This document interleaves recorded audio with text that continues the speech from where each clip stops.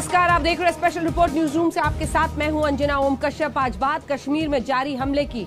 आज 8 बजे की शुरुआत में 2 सवालों से करती हूं। वही सवाल जो लोगों के दिमाग में चल रहे हैं, जिसकी चर्चा लोग घरों के अंदर कर रहे हैं, सड़कों पर हो रही है। पहला सवाल, कश्मीर में गैर कश्मीरियों की टारगेट किलिंग यानी हमले पर बदला आखिर कब होगा? दूसरा सवाल, क्या घाटी में आतंकी साजिश के बीच भारत और पाकिस्तान के बीच मैच रद्द होना चाहिए? आज कश्मीर के हालात को लेकर देश भर में गुस्सा है, आक्रोश है। ऐसे में हम इन सवालों के जवाब तलाशेंगे अपनी इस रिपोर्ट में। इस तरह का कभी नहीं महसूस किया था, क्योंकि ऐसा हमारे साथ हुआ ही नहीं कभी। सुरक्षा दल तो अपने जगह जगह पे है, यहाँ रूम में घुस के मार रहा है, इसी के वजह जा रहा है आदमी सब। रेडी वाले को और मजदूर को कुछ नहीं कहता था, लेकिन आपके रेडी वाले को मार देता है, मजदूर को मार देता है, इसी कारण से घर जा रहे हैं। सुना आपने, घर लौट रहे गैर कश्मीरियों की गवाही रोंगटे खड़े कर देने वाली है। आतंकी हमले का खौफ ऐसा कि अब घर वापसी में गैर कश्मीरी मजदूरों को जिंदगी नजर आ रही है। अब आगे का क्या सोचा? आगे का सोचा है कि जान है तो जहान है, जिंदगी रहेगा तो कहीं भी कमाएंगे। ये आप बीती बताने को काफी है कि जम्मू कश्मीर के मौजूदा हालात कितने भयावह हैं। कश्मीर में टारगेट किलिंग के बाद आई तस्वीरों को लेकर पूरे देश में गुस्सा है। विरोध प्रदर्शन हो रहे हैं, इमरान खान का पुतला जलाया जा रहा है। प्रदर्शन कर रहे लोग आतंक के खिलाफ निर्णायक लड़ाई की मांग कर रहे हैं। जिस तरह से लास्ट 72 घंटों में 13 आतंकवादी सेना के द्वारा मारे गए हैं, यही आतंकवादियों की बुखलाहट है, जिसके कारण नॉन सिविलियन लोगों को टारगेट बनाया जा रहा है। मैं आपके माध्यम से भारत के प्रधानमंत्री जी और आदरणीय अमित शाह जी से एक रिक्वेस्ट करना चाहूंगा, जिस तरह से पहले सर्जिकल स्ट्राइक्स हुई है, पाकिस्तान को और एक और सर्जिकल स्ट्राइक की जरूरी है। ये वही आक्रोश है जिसके चलते अब T20 वर्ल्ड कप में भारत बनाम पाकिस्तान मैच को लेकर सवाल उठ रहे हैं। पूछा जा रहा है कि कश्मीर में कत्लेआम के बीच पाकिस्तान के साथ क्रिकेट की क्या जरूरत है। लोगों की मांग है कि आतंकिस्तान यानी पाकिस्तान की क्रिकेट टीम के साथ भारत का होने वाला मैच रद्द किया जाए। आतंकियों को संरक्षण देने वाले मुल्क की क्रिकेट टीम पर बैन लगना चाहिए। क्या भारत को पाक क्रिकेट टीम का बहिष्कार करना चाहिए? क्या पाक क्रिकेट टीम पर बैन से होगा आतंकिस्तान का इलाज?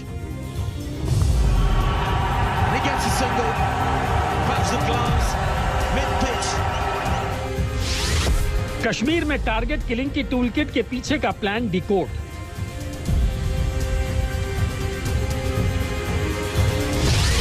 आतंकी हमले पर दिल्ली से कश्मीर तक इमरजेंसी मीटिंग।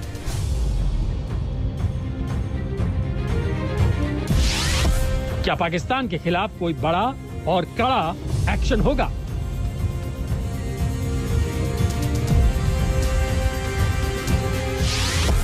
गैर कश्मीरियों पर सीधा हमला, दहशतगर्दों से लेना है बदला। आज गैर कश्मीरियों की टारगेट किलिंग के पाकिस्तान प्लान को एक्सपोज करने का दिन है। आज हम आपको बताएंगे कि T20 वर्ल्ड कप में भारत बनाम पाकिस्तान मैच के रद्द होने का चांस है या बिल्कुल नहीं। आज हम ये भी बताएंगे कि आखिर कश्मीर में दहशतगर्दी की नई साजिश से निपटने की रणनीति क्या है। क्या कोई बड़ा एक्शन होगा?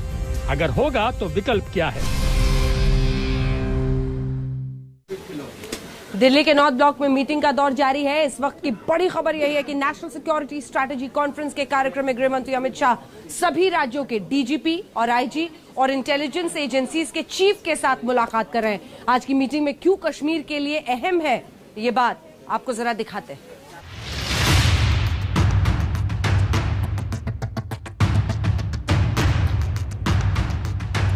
जम्मू कश्मीर में दहशतगर्दों से भीषण लड़ाई जारी है।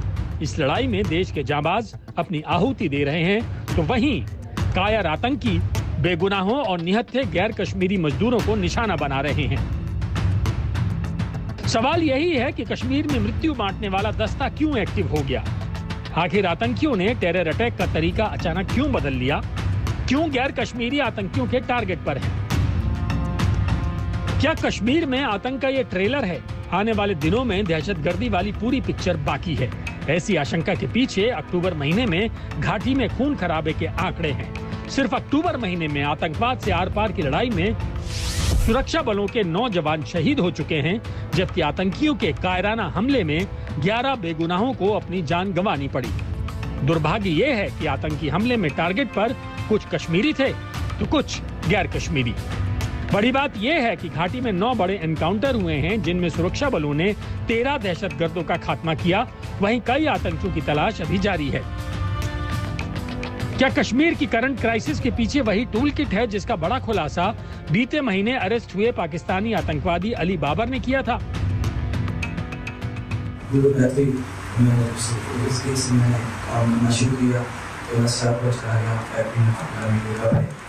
तो उधर आसमान में लड़का था जिसके साथ कॉन्टैक्ट तो उसके साथ वो लश्कर तैयबा के लिए 22 साल के लिए बैठे करके काम कर रहा था। तो मुझे नहीं पता था, तो उसने ऐसा हुआ कि जो ऐसे थे ऐसे बीस आप कह दिया और मुझे सरकार ने साहब की देगा उन्होंने उसने मुझे 20,000 रुपये पूरी क्रोनोलॉजी समझने से पहले आपको घाटी के अमन चैन में आग लगाने वाली घटनाओं के बारे में बताते हैं। 2 अक्टूबर आतंकियों ने मोहम्मद शफी डार और माजिद मोहम्मद गोजरी की हत्या कर दी।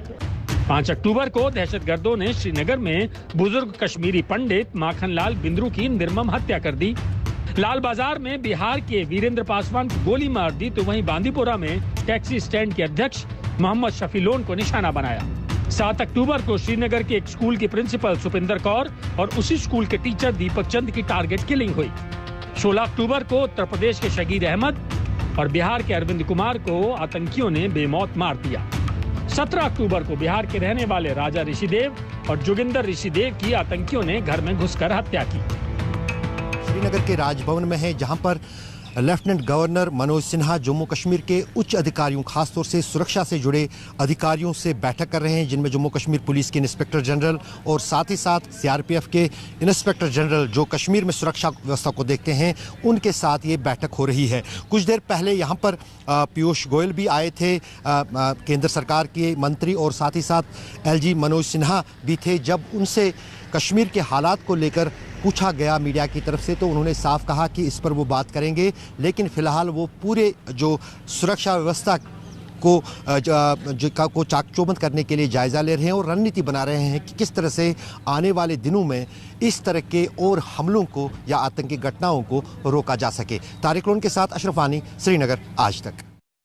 आज तक के संवाददाता जम्मू कश्मीर के चप्पे चप्पे पर मौजूद है। आज तक संवाददाता कमलजीत संधू ने गैर कश्मीरी मजदूरों पर हमले पर ग्राउंड जीरो से रिपोर्ट तैयार की है। श्रीनगर से अशरफ वानी ने सरकार के एक्शन प्लान को लेकर अहम डिटेल्स जुटाई हैं। तो वहीं जम्मू में सुनील जी भट्ट ने घाटी छोड़कर रेलवे स्टेशन पहुंचे मजदूरों की आप बीती कैमरे में कैद की है। ग्राउंड जीरो से ये रिपोर्ट देखिए।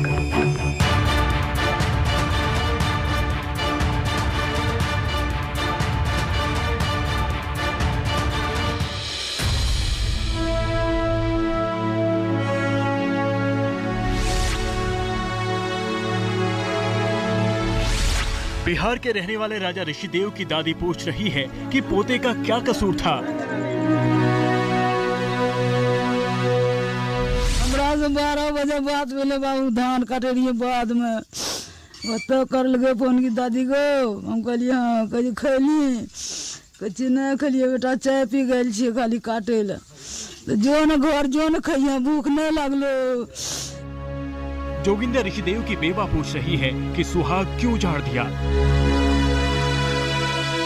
कहते 6-10 दिन का काम, 10 दिन के बाद हिसाब देते चल जेबे, हिसाबे नहीं दे रहे होता, पैसे नहीं दे छे होता ना। चेहरे अलग अलग लेकिन आतंकी साजिश एक जैसी। क्या बिहार, क्या उत्तर प्रदेश, क्या छत्तीसगढ़, आज घाटी में गैर कश्मीरियों का चुन चुन कर आतंकी मौत के घाट उतार रहे हैं। सोचिए, 2 जून की रोटी कमाने गए थे, लेकिन वापस बेजान जिस्म में घर लौटे।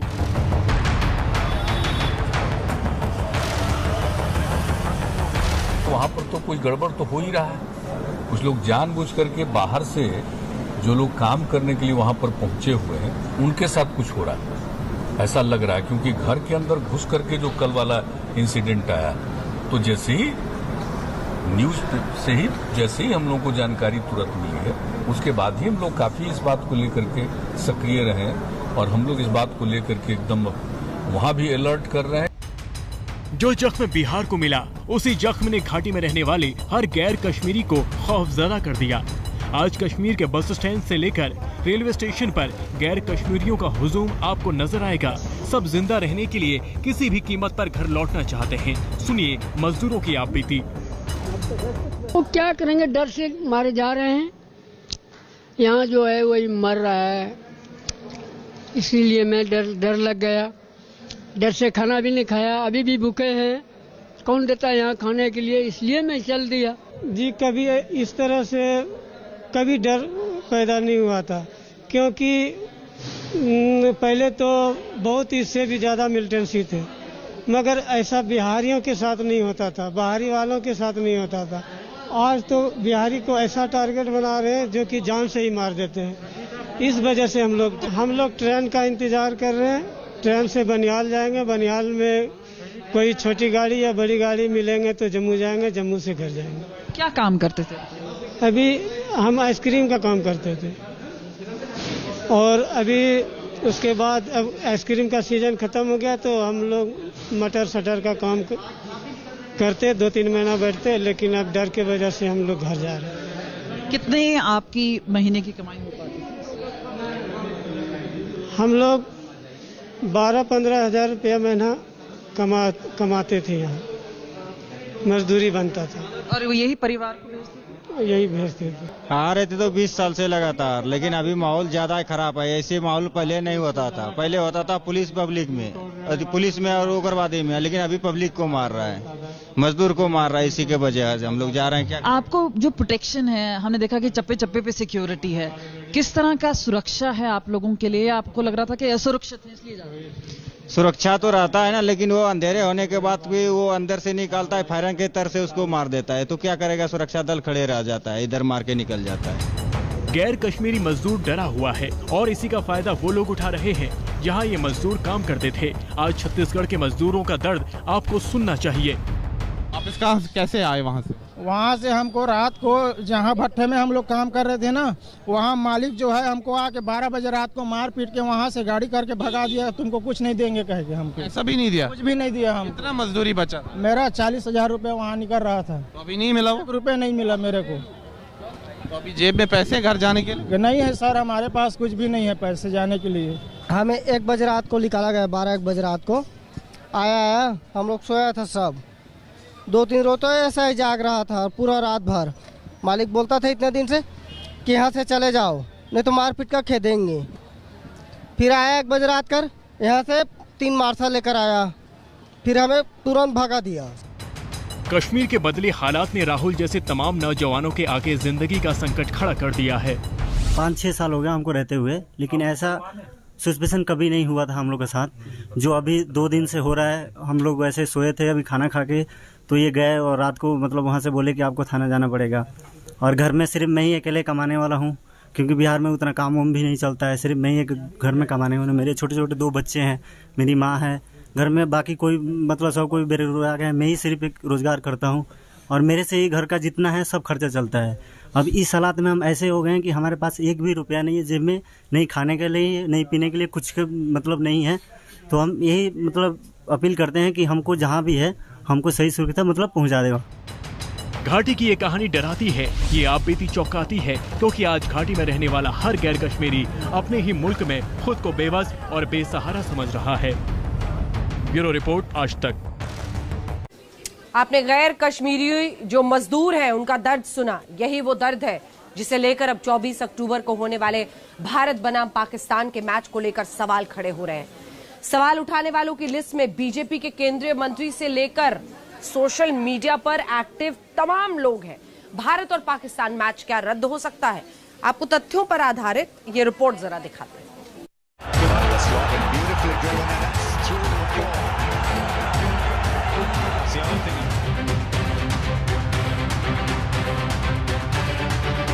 24 अक्टूबर को T20 वर्ल्ड कप में भारत और पाकिस्तान का महामुकाबला होना है, लेकिन कश्मीर में टारगेट किलिंग के बीच भारत पाक मैच को लेकर केंद्रीय मंत्री गिरिराज सिंह की बड़ी टिप्पणी आई है। गिरिराज सिंह ने टेरर स्पॉन्सर पाकिस्तान के साथ क्रिकेट मैच नहीं खेलने की मांग रखी है।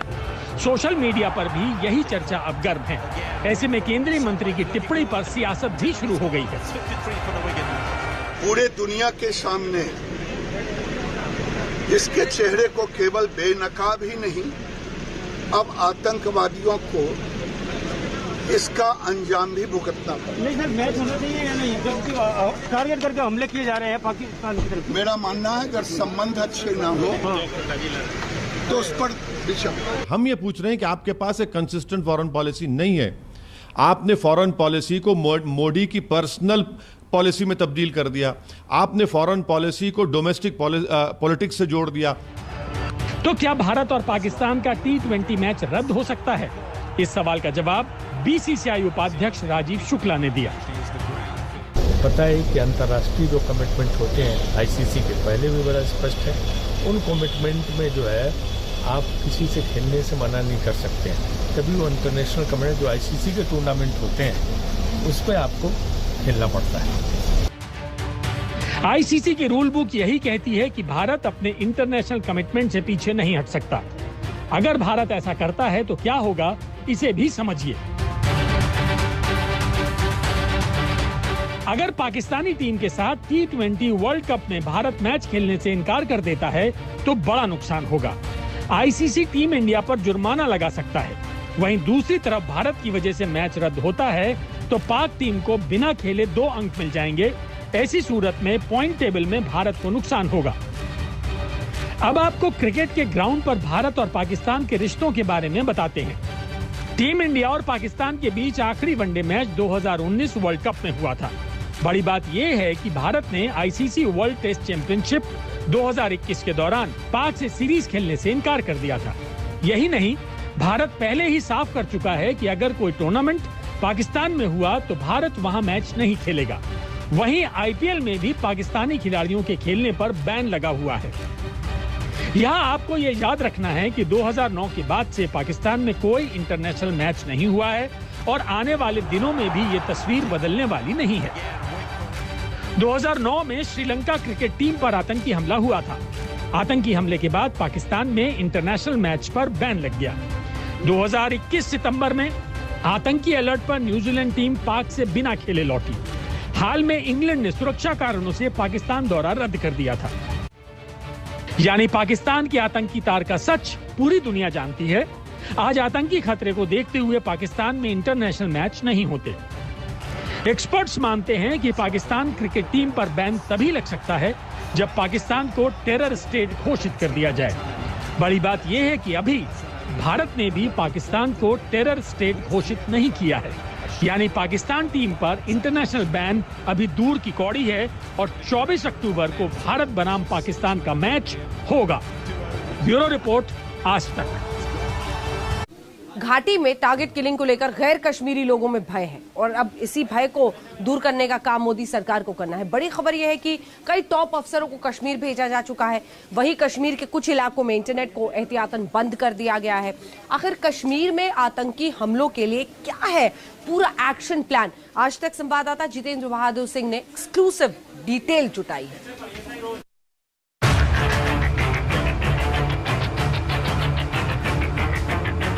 कश्मीर में पाकिस्तान की नई साजिश का नाम है हरकत 313। ये वही नए आतंकी संगठन है जो जम्मू कश्मीर में पिछले कुछ वक्त से अपने मंसूबे को अंजाम देने की फिराक में बैठे हैं। दरअसल कश्मीर में एक और हाई अलर्ट जारी किया गया है। इस अलर्ट में बताया गया है कि हरकत 313 नाम के नए आतंकी संगठन को घाटी में अशांति फैलाने का ठेका दिया गया है। टारगेट है अनंतनाग में emergency landing strip. Jammu Kashmir में ISI ने एक नई स्ट्रैटेजी अपनाई है। कश्मीर घाटी के अंदर टारगेट किलिंग्स करना, यानी कश्मीरी और गैर कश्मीरियों को टारगेट करना अपने पार्ट टाइम मिलिटेंट्स के द्वारा, जिससे कि वहां पर कानून व्यवस्था बिगड़ जाए। आतंकी साजिश के तार उसी पाकिस्तानी यूनिवर्सिटी से जुड़े हैं जहां आतंक के आका दहशतगर्दी की तालीम देते हैं। कश्मीर के अंदर आए दिन एनकाउंटर हो रहे हैं, सिविलियंस को मारा जा रहा है। पाकिस्तान की बड़ी जबरदस्त कोशिश है कि दिल्ली के अंदर एक फेयर साइकोसिस खड़ा करे, जिससे माइनॉरिटी कम्युनिटीज वहां से हट जाएं और वो 1990s का माहौल दोबारा बना। कश्मीर में आतंक की उल्टी गिनती शुरू है। आर पार की लड़ाई में एनकाउंटर का दौर जारी है। ऐसे में बौखलाए आतंकी गैर कश्मीरियों को निशाना बनाकर घाटी का माहौल बिगाड़ना चाहते हैं। केंद्रीय गृह मंत्री अमित शाह ने राज्यों और केंद्र शासित प्रदेशों के डीजीपी के साथ आज बैठक की है। आंतरिक सुरक्षा को लेकर के ये एक बड़ी बैठक की गई है। सूत्रों से मिली जानकारी के मुताबिक इस बैठक में केंद्रीय गृह सचिव के साथ साथ आईबी के सीनियर अधिकारी मौजूद थे।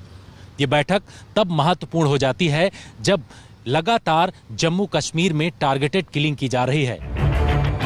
23 अक्टूबर को गृह मंत्री अमित शाह जम्मू कश्मीर के दौरे पर जा रहे हैं। दौरे की टाइमिंग बहुत अहम है। जितेंद्र बहादुर सिंह, दिल्ली, आज तक। तबाही कैसे हो रही है बेहिसाब। जी हाँ, देश भर में अक्टूबर के महीने में मौसम ऐसा बिगड़ा है, चारों तरफ हाहाकार मच गया है। उत्तर से लेकर दक्षिण तक के राज्यों में भयंकर बारिश है। कई जगहों पर भूस्खलन से तबाही मची है। केरल में बारिश के कारण जनजीवन पूरी तरह से अस्त व्यस्त हो गया। वहीं उत्तराखंड में भी मौसम विभाग ने तबाही का रेड अलर्ट जारी कर दिया है। इसके अलावा दिल्ली, एनसीआर, उत्तर प्रदेश, हरियाणा, राजस्थान में भी अगले 2 दिन बारिश से सावधान रहने की जरूरत है।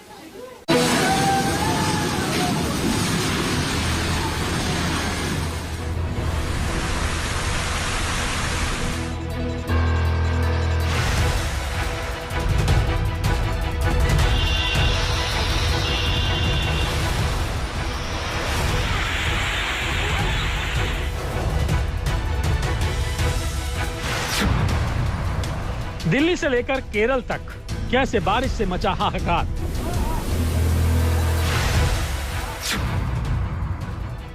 उत्तराखंड से लेकर उत्तर प्रदेश तक कैसे बारिश बन गई काल।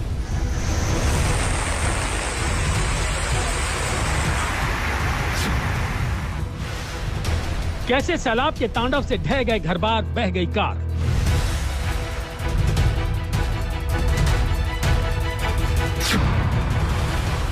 इस भयंकर बारिश में कितनी हुई मौतें, कितना हुआ नुकसान।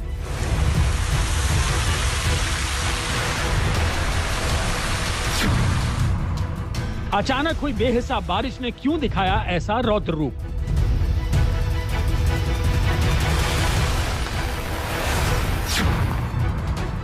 राज्य दर राज्य रोंगटे खड़े कर देने वाली तस्वीरें भी देखिए।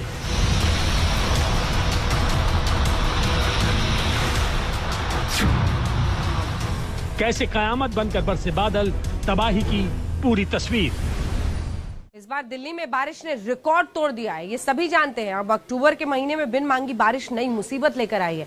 हम आपको बता दें कि साल 1960 यानी पूरे 61 साल बाद दिल्ली में अक्टूबर के महीने में इतनी बारिश हुई है और अगले 2 दिन और भी बारिश हो सकती है। सिर्फ दिल्ली ही नहीं बल्कि दिल्ली से करीब 350 किलोमीटर दूर उत्तराखंड में भी मौसम ने तबाही वाला रूप दिखा दिया।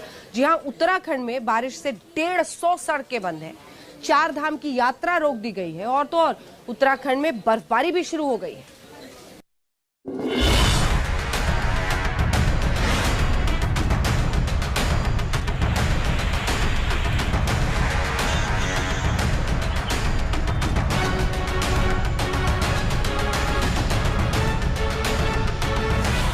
सावधान दिल्ली। इन तस्वीरों को देखकर सतर्क होने की जरूरत है। पहली तस्वीर में आप देख सकते हैं कि दिल्ली के प्रहलादपुर अंडरपास के पास बोट खड़ी है। ये वही प्रहलादपुर अंडरपास है जो बारिश में डूबती दिल्ली का सिग्नेचर अंडरपास बन चुका है। प्रहलादपुर पर बैरिकेडिंग कर दी गई है ताकि यहाँ कोई दुर्घटना न हो और बोट भी तैनात है।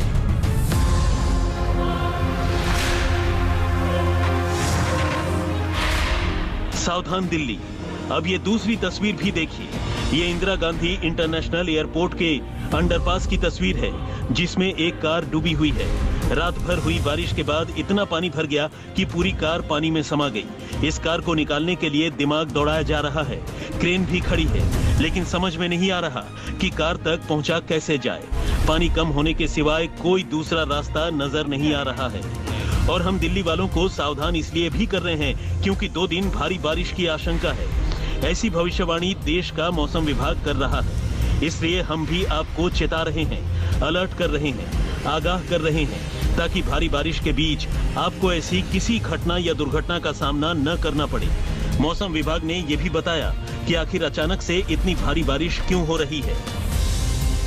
अभी क्या है कि वे ऑफ बंगाल में एक स्ट्रॉन्ग ईस्टर्लीज आ रही हैं, जो उसका इन्फ्लुएंस आज आपने दिल्ली में भी देखा, जो पूरा नॉर्थ वेस्ट इंडिया में है। उसके प्रभाव से हम क्या एक्सपेक्ट कर रहे हैं कि हमारा जो east UP, Uttarakhand, Himachal Pradesh, Haryana specifically northern part और Himachal Pradesh and even Jammu Kashmir also, वहाँ पे heavy spell, very heavy spell रह सकते हैं। स्पेसिफिकली आज की बात करेंगे तो जम्मू कश्मीर वगैरह इस रीजन में, हिमाचल में हैवी में अगेन 6 से 7 सेंटीमीटर कल से इंक्रीज हो जाएगा। और कल से हम ये एक्सपेक्ट करें कि इवन उत्तराखंड भी 20 सेंटीमीटर तक रेनफॉल आ सकती है, एक्सट्रीमली हैवी, इवन उत्तराखंड और वेस्ट यूपी में भी। और बाकी एडजॉइनिंग एरिया में very heavy mean up to 12 centimetre rainfall आने की उम्मीद है। दिल्ली ट्रैफिक पुलिस ने भी एडवाइजरी जारी की है। अगर आप बारिश के दौरान बाहर निकलने के लिए सोच रहे हैं तो अपने वाहनों को घर पर ही रहने दें और मेट्रो का विकल्प चुनें। कई जगहों पर भारी जल भराव भी हुआ है क्योंकि रात भर बारिश हुई है और इसके चलते कई जगहों में वाटर लॉगिंग की दिक्कत आई है। सबसे ज्यादा जो बारिश रिकॉर्ड की गई है वो सफदरजंग में की गई है। तकरीबन 9 सेंटीमीटर बारिश पिछले 24 घंटों में हुई है। हम आपको बता दें कि उत्तर से दक्षिण तक एक साथ तबाही वाला मौसम आया है। एक तरफ जहां बारिश तांडव मचा रही है तो वहीं अचानक से पहाड़ों पर बर्फबारी भी शुरू हो गई है। हर कोई हैरत में है, आखिर ये हो क्या रहा है। उत्तर भारत में दिल्ली, उत्तराखंड, उत्तर प्रदेश, मध्य प्रदेश में तगड़ी बारिश हो रही है तो उत्तराखंड, हिमाचल प्रदेश और जम्मू कश्मीर में बर्फबारी भी शुरू हो गई है। उत्तराखंड में मौसम विभाग ने रेड अलर्ट जारी कर दिया है। खबरों के मुताबिक 4 धाम की यात्रा भी रोक दी गई है। तो दक्षिण में केरल में बारिश, बाढ़ और भूस्खलन ने तबाही मचा दी है। हम आपको केरल में तबाही की एक और तस्वीर दिखाएंगे। कैसे केरल में भारी बारिश और बाढ़ से तबाही में 24 लोगों की मौत हो चुकी है। केरल के 11 जिलों में जैसे तबाही बरस रही है। लेकिन पहले बात उत्तराखंड की करते हैं। पहाड़ों पर भी बीती रात से भयंकर बारिश हो रही है। उत्तराखंड में एकदम से कड़ाके की ठंड पड़नी शुरू हो गई है। कई इलाकों में बर्फ भी गिर रही है। ये उत्तराखंड के नैनीताल की तस्वीरें हैं। मूसलाधार बारिश के चलते नाला उफान पर है, जिससे नाले के दोनों तरफ सैकड़ों गाड़ियां फंसी हैं। जबकि नैनीताल के पास वीरभट्टी मोटर पुल के नजदीक कई कार और ट्रक मलबे में दफन हो गए। भारी बारिश के चलते भूस्खलन भी भयंकर हो रहा है। ये रुद्रप्रयाग का इलाका है और अगर आप देखें ये हिस्सा जो है लगातार पत्थर यहाँ पर गिरे हैं और पूरी सड़क जो बची हुई है उसका हालात क्या है सामने है। यहाँ से तकरीबन आधा किलोमीटर की सड़क पूरी तरह से गायब है। हिस्सा टूटकर नीचे नदी में समा गया है और दोनों ही तरफ कतार है लंबी लंबी गाड़ियों की, चाहे वो रुद्रप्रयाग के इस तरफ का हिस्सा हो या फिर पौड़ी की तरफ से का जो लोग आने वाले हैं जिनको रुद्रप्रयाग तक जाना है वो उस तरफ का हिस्सा हो। और ये देखिए उत्तराखंड के गंगोत्री में बर्फबारी भी शुरू हो गई है। पहाड़ और पेड़ सफेद हो गए हैं। अब उत्तराखंड के धारचूला का मंजर भी देखिए। अभी से बर्फ की सफेद चादर ने सब कुछ कवर कर लिया है। पूरा इलाका अक्टूबर में ही बर्फिस्तान बना हुआ नजर आ रहा है। नॉन स्टॉप स्नोफॉल हो रहा है। उत्तराखंड में बारिश और बर्फबारी का रेड अलर्ट जारी कर दिया गया है। उत्तराखंड में स्कूल कॉलेज बंद कर दिए गए हैं और लोगों से भी घरों के अंदर रहने को कहा गया है। होटल मालिकों से भी बात करके तीर्थयात्रियों को होटलों में ही रुकने की अपील की गई है। बद्रीनाथ जाने वाले यात्रियों को खास तौर पर रोका जा रहा है ताकि कोई बड़ा हादसा न हो जाए। 4 धाम पर निकले हुए तीर्थयात्रियों की गाड़ी वापस लौटने लगी है। सबसे बड़ा डर केदारनाथ धाम में बना हुआ है क्योंकि यात्रा पर रोक लगने के चलते करीब 2000 लोग केदारनाथ धाम में ही रुके हुए हैं। पहले ये जाम देखिए और मैं अपने कैमरामैन प्रवेश राणा से कहूंगा कि जरा अब वो तस्वीर इस तरफ दिखाए। एक कहावत है कि डूबते को तिनके का सहारा, और यही वो एक छोटी सी दुकान है जिसकी वजह से लोगों को थोड़ा बहुत आराम मिल रहा है क्योंकि चारों तरफ से रास्ते बंद हो चुके हैं और ऐसे में जो लोग फंसे हुए हैं उनको आप यहाँ देखेंगे तो आपको नजर आ जाएगा कि अलग अलग जगह से लोग यहाँ आए हुए हैं। और जिस तरीके से लोग अलग अलग जगह से आए हैं या तो उनको जानकारी नहीं थी या फिर हरिद्वार और ऋषिकेश में उनको रोका नहीं गया, और यही वजह है कि वो सड़क के बीचों बीच खड़े हैं। सिर्फ उत्तराखंड में ही नहीं, बर्फबारी हिमाचल प्रदेश और मनाली में भी शुरू हो गई है। हिमाचल प्रदेश के रोहतांग दर्रा में वाहनों की आवाजाही बंद कर दी गई है। हिमाचल के कुल्लू और लाहौल स्पीति जिले को जोड़ने वाले रोहतांग दर्रे में जबरदस्त बर्फबारी हो रही है। हालांकि अभी टूरिस्ट बर्फबारी का मजा ले रहे हैं, लेकिन इसके सजा बनने में ज्यादा देर नहीं लगती है। और तीसरी तस्वीर जम्मू कश्मीर की है। यहाँ के सोनमर्ग और गुलमर्ग में भी स्नोफॉल हो रहा है। आज तक ब्यूरो। उत्तर भारत ही नहीं, दक्षिण में भी केरल में इस वक्त बारिश, बाढ़ और भूस्खलन से तबाही के भयंकर हालात हैं। नदियां उफन रही हैं, बांध ओवरफ्लो कर रहे हैं, मकान ढह रहे हैं, कारें पानी में तैरती नजर आ रही हैं। ऐसा लग रहा है कि जैसे कुदरत सब कुछ तहस नहस करने पर आमादा है। केरल की जानलेवा बारिश ने अब तक 27 जिंदगियों को लील लिया है। केरल के तिरुवल्ला में घर डूबे हुए हैं। केरल में मौसम विभाग का ऑरेंज अलर्ट जारी है। रेस्क्यू ऑपरेशन चल रहा है। केरल के मुख्यमंत्री ने लोगों को आगाह कर दिया है। तो प्रधानमंत्री नरेंद्र मोदी ने भी केरल में तबाही पर अफसोस जाहिर किया। बहती कारें,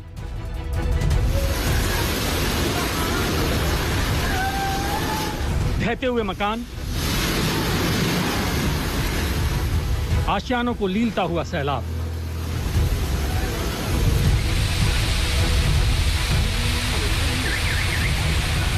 तबाही की भयंकर बाढ़। रेस्क्यू ऑपरेशन में जुटे हेलीकॉप्टर।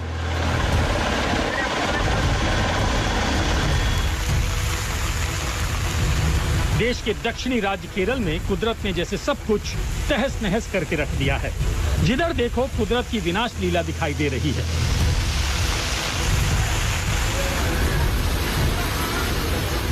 ये देखिए कैसे महज 7 सेकंड के भीतर इस मकान का नामो निशान मिट गया। उफनती नदी में आया सैलाब इस मकान को देखते ही देखते निकल गया।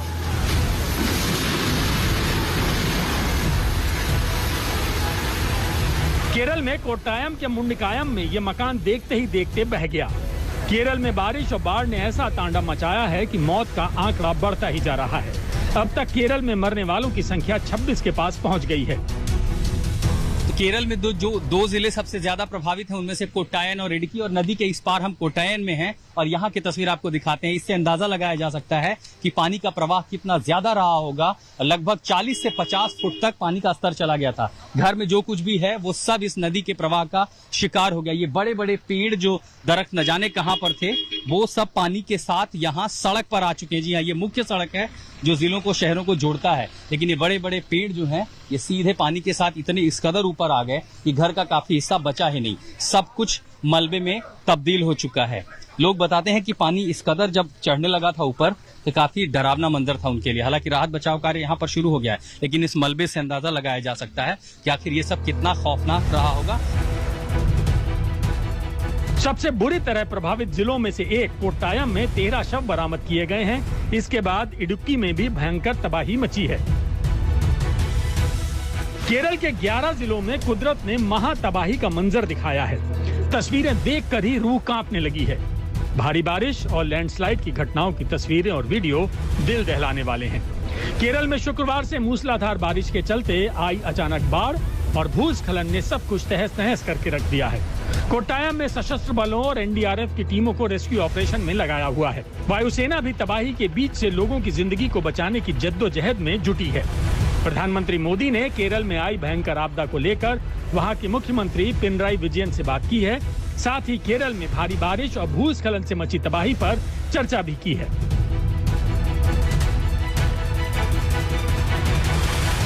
ये दुख की बात है कि केरल की भारी बारिश और भूस्खलन से कई लोगों की मौत हो गई। शोक संतप्त परिवारों के प्रति मेरी संवेदनाएं हैं। भीषण बाढ़ से जूझ रहे केरल में कई बांधों में लगातार बारिश की वजह से जल स्तर तेजी से बढ़ा है। पहले से ही राज्य में बाढ़ की वजह से भारी नुकसान हो चुका है और कई लोगों की जान भी गई है। अब लगातार हो रही बारिश से केरल के कई बांधों का जल स्तर लगातार खतरनाक होता जा रहा है। एशिया के सबसे ऊंचे इडुक्की डैम का जल स्तर इस वक्त 2396.96 फुट है। इडुक्की में ऑरेंज अलर्ट जारी कर दिया गया है। 2403 फुट पर डैम पूरी तरह से भर जाएगा।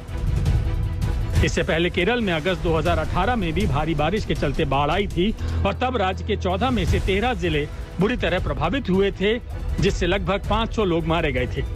एक बार फिर से बारिश, बाढ़ और भूस्खलन ने जिस तरह से तबाही मचाई है, लोगों के दिलों में दहशत बैठ गई है।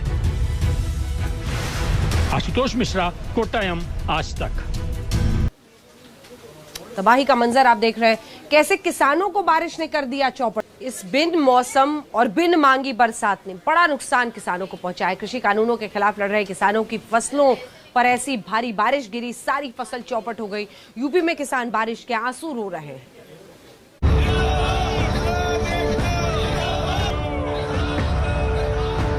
केंद्र सरकार के 3 कृषि कानूनों के खिलाफ किसान आज ट्रेन की पटरियों पर लेट गए। किसानों ने तीनों कृषि कानूनों को रद्द करने के लिए देश भर में रेल रोको आंदोलन छेड़ा। एक तरफ किसान कृषि कानूनों के खिलाफ रेलों को रोक रहे थे, दूसरी तरफ बिन मांगी बारिश ने किसानों की फसल तबाह कर दी। ऐसे में मुख्यमंत्री योगी आदित्यनाथ ने बाढ़ और भारी बारिश की वजह से कृषि फसलों को हुए नुकसान का आकलन करने के निर्देश अधिकारियों को दिए हैं और सर्वे के बाद। तो इसी के साथ स्पेशल रिपोर्ट में न्यूज रूम से इतना ही। देश दुनिया की बाकी खबरों के लिए आप देखते रहिए आज तक। आज तक बेमिसाल 20 साल।